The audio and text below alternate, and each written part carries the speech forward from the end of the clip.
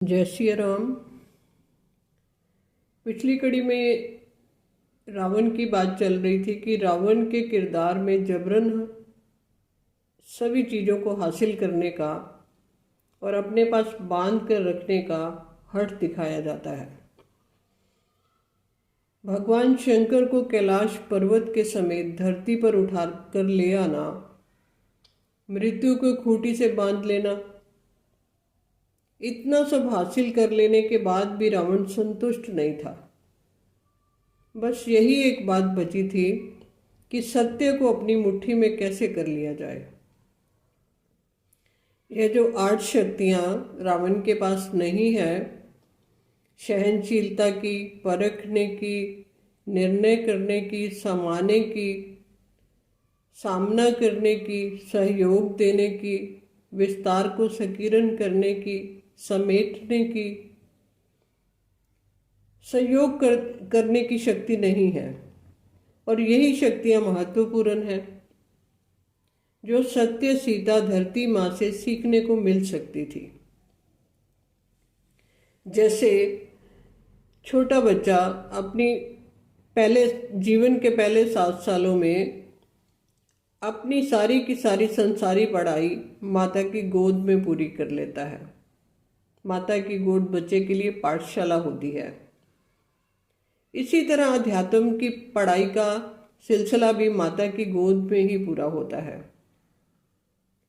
त्याग की भावना, तपस्या की भावना, साधारण वेशभूषा धारणा करना।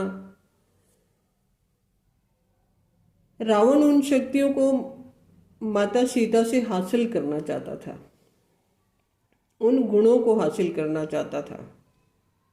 रावण सभी की सभी हठयोग की विधियां जानता था और राजयोग की विधियां सीखना चाहता था, जिन विधियों के करने से मनुष्य सुख, शांति, आनंद को प्राप्त होता है। रावण इन शक्तियों को बलपूर्वक हासिल करना चाहता था। यही एक बात जो सबसे आड़े आ रही थी कि बलपूर्वक हासिल करना चाहता था। दूसरा कोई रास्ता उसे समझ ही नहीं आता था। शक्तियों को हासिल करने के लिए रावण ने अपनी बहन द्वारा छल करवाया। चाहे संसार हो, चाहे आध्यात्मिक हो, हठपूर्वक प्राप्त की गई शक्तियां कल्याण का कार्य करती ही नहीं, ये विनाश का कार्य करती हैं।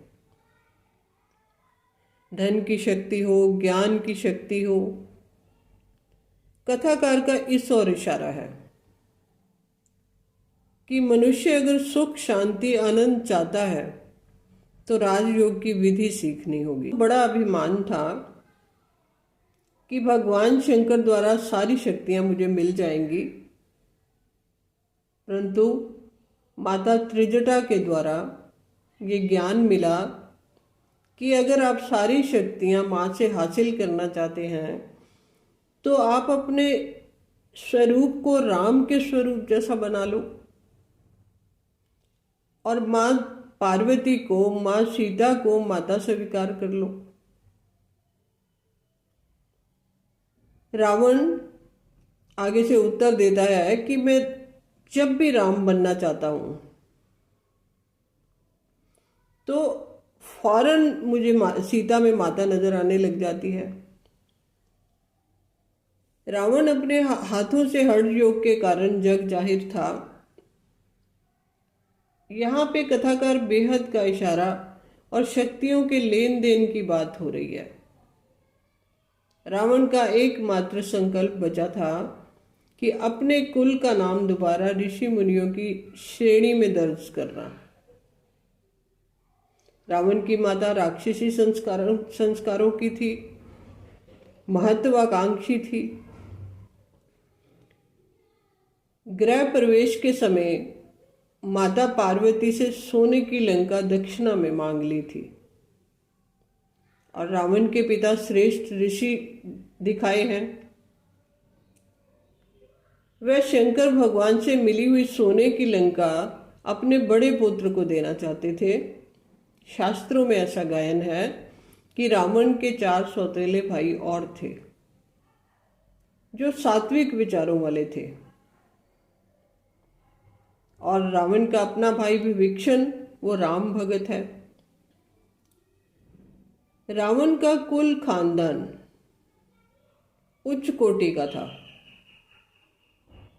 माता केतकी द्वारा संसारी प्रथम शिक्षाएं तो रावण ने प्राप्त कर ली थी। माता केतकी राजयोग की विधियां नहीं जानती थी।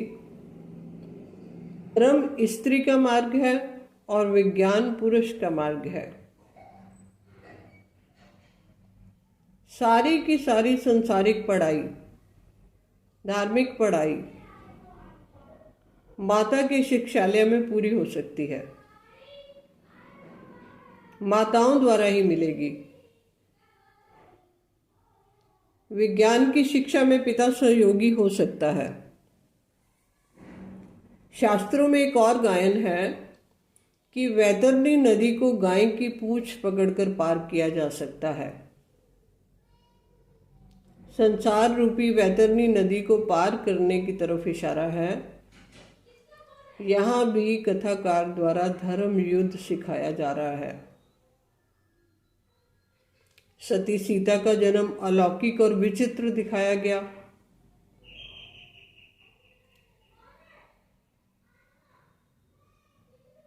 कथाकार की इस महान ग्रंथ की रचना के पीछे, कथा के लिखने के पीछे कोरी कल्पना नहीं है, बल्कि गहरा चिंतन मंथन है, अनुभव है, शिक्षाएं भरी हुई हैं। यहाँ कथाकार का इशारा उठाते हैं जो परमात्म रहस्य की ओर है, कि परमात्मा कोई व्यक्ति नहीं, परमात्मा शक्ति है। परमात्मा इन्हीं परम शक्तिशाली ऊर्जाओं के रूप में पूरे विश्व में व्यापक है, जो सभी मनुष्यों के भीतर आती जाती श्वासों से शक्ति मिलती है शरीर को। इस गणित से परमात्मा सर्वव्यापक है। परमात्मा की शक्ति सर्वव्यापक है। परमात्मा किसी एक में समा ही नहीं सकता। परमात्मा इतना विशाल है, इतना विराट है।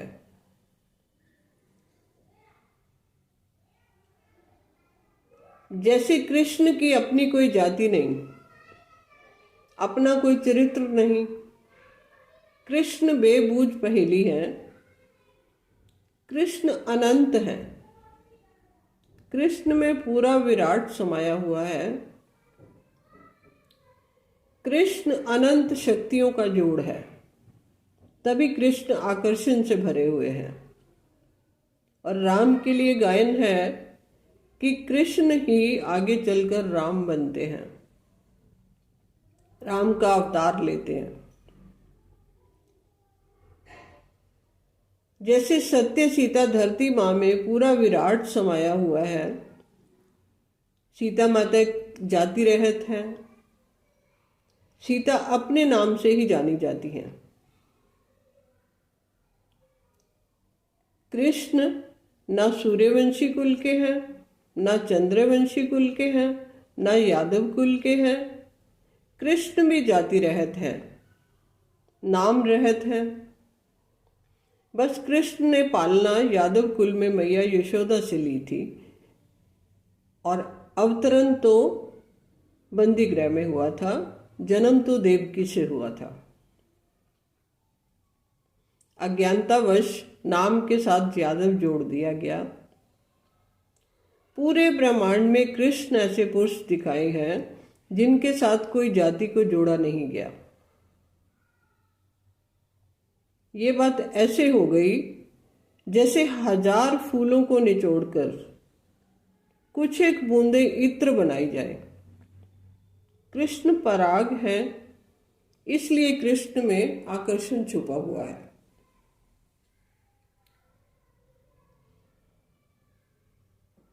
महाभारत की कथा में सभी के सभी पात्रों का जन्म विपरीत दिखाया गया।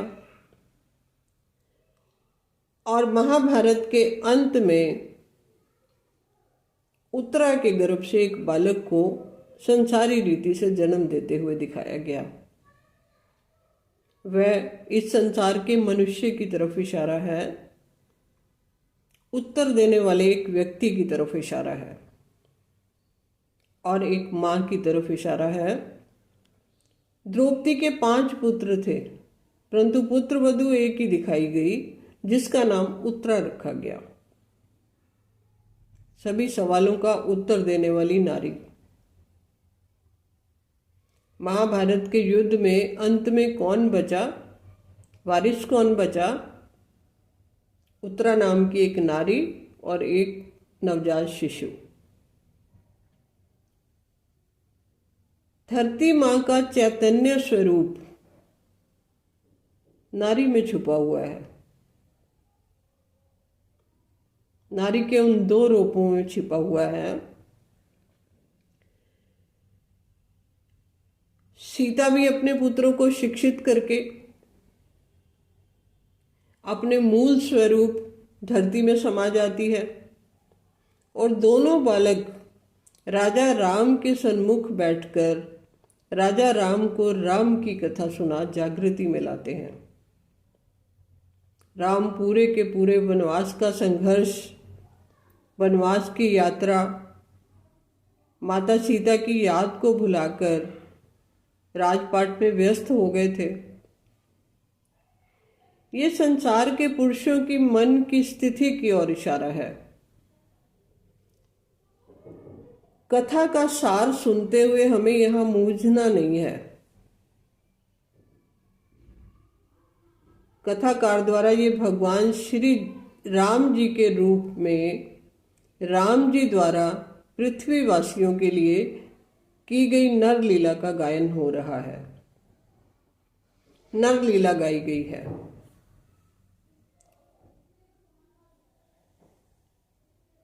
महाभारत के अंत में द्रौपदी की पुत्रवधू माता उत्तरा और एक बच्चा बचा। रामायण के अंत में भी माता सीता और लव कुश का गायन है। कुश कुश से बना था, घास से बना था, ऋषि प्रसाद था, इसलिए कुश नाम रखा गया। इसके लिए भी एक कथा लिखी हुई है कि माता सीता अपने बेटे लव को ऋषि वाल्मीकि जी के पास छोड़कर जल भरने जाती है और ऋषि वाल्मीकि जी रामकथा लिख रहे हैं। माता जब देखती है कि ऋषि वाल्मीकि जी ने उनकी बात को सुना नहीं, वाल्मीकि जी लिखने में बहुत व्यस्त हैं, तो माता सीता बिना बताए लव को अपनी गोदी में उठाकर जल भरने चली जाती है।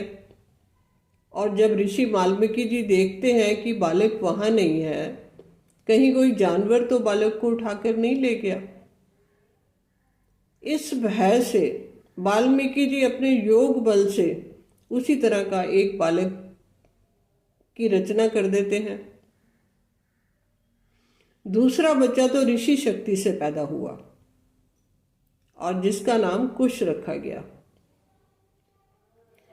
अब यहां ये निकला कि संसार को चलाने के लिए नारी शक्ति चाहिए, ऋषि शक्ति चाहिए, गुरु शक्ति का होना आवश्यक है। श्री राम जी का जन्म ऋषि फल के प्राप्त होने से हुआ। राजा दशरथ को भी ऋषियों द्वारा फल मिला था।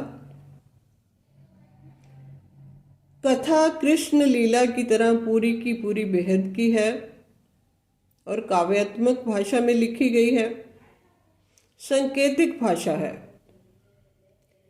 हमें इसमें से बेहद की इशारे पकड़ने होंगे। वैसे भी हम देखते हैं तो सभी देवताओं को याद करने से पहले माता का नाम गाया है, जैसे गौरी शंकर हो गया, सीता राम हो गया, राधे श्याम हो गया, लक्ष्मी नारायण हो गया।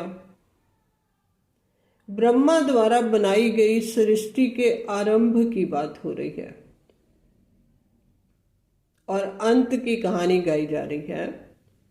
जी, ये ज्ञान की बात है, अध्यात्म की बात है, अहिंसक युद्ध की बात है, ज्ञान के लेन देन की बात है। आज इतना ही। मिलते हैं अगली कड़ियों में और जानकारियों के साथ।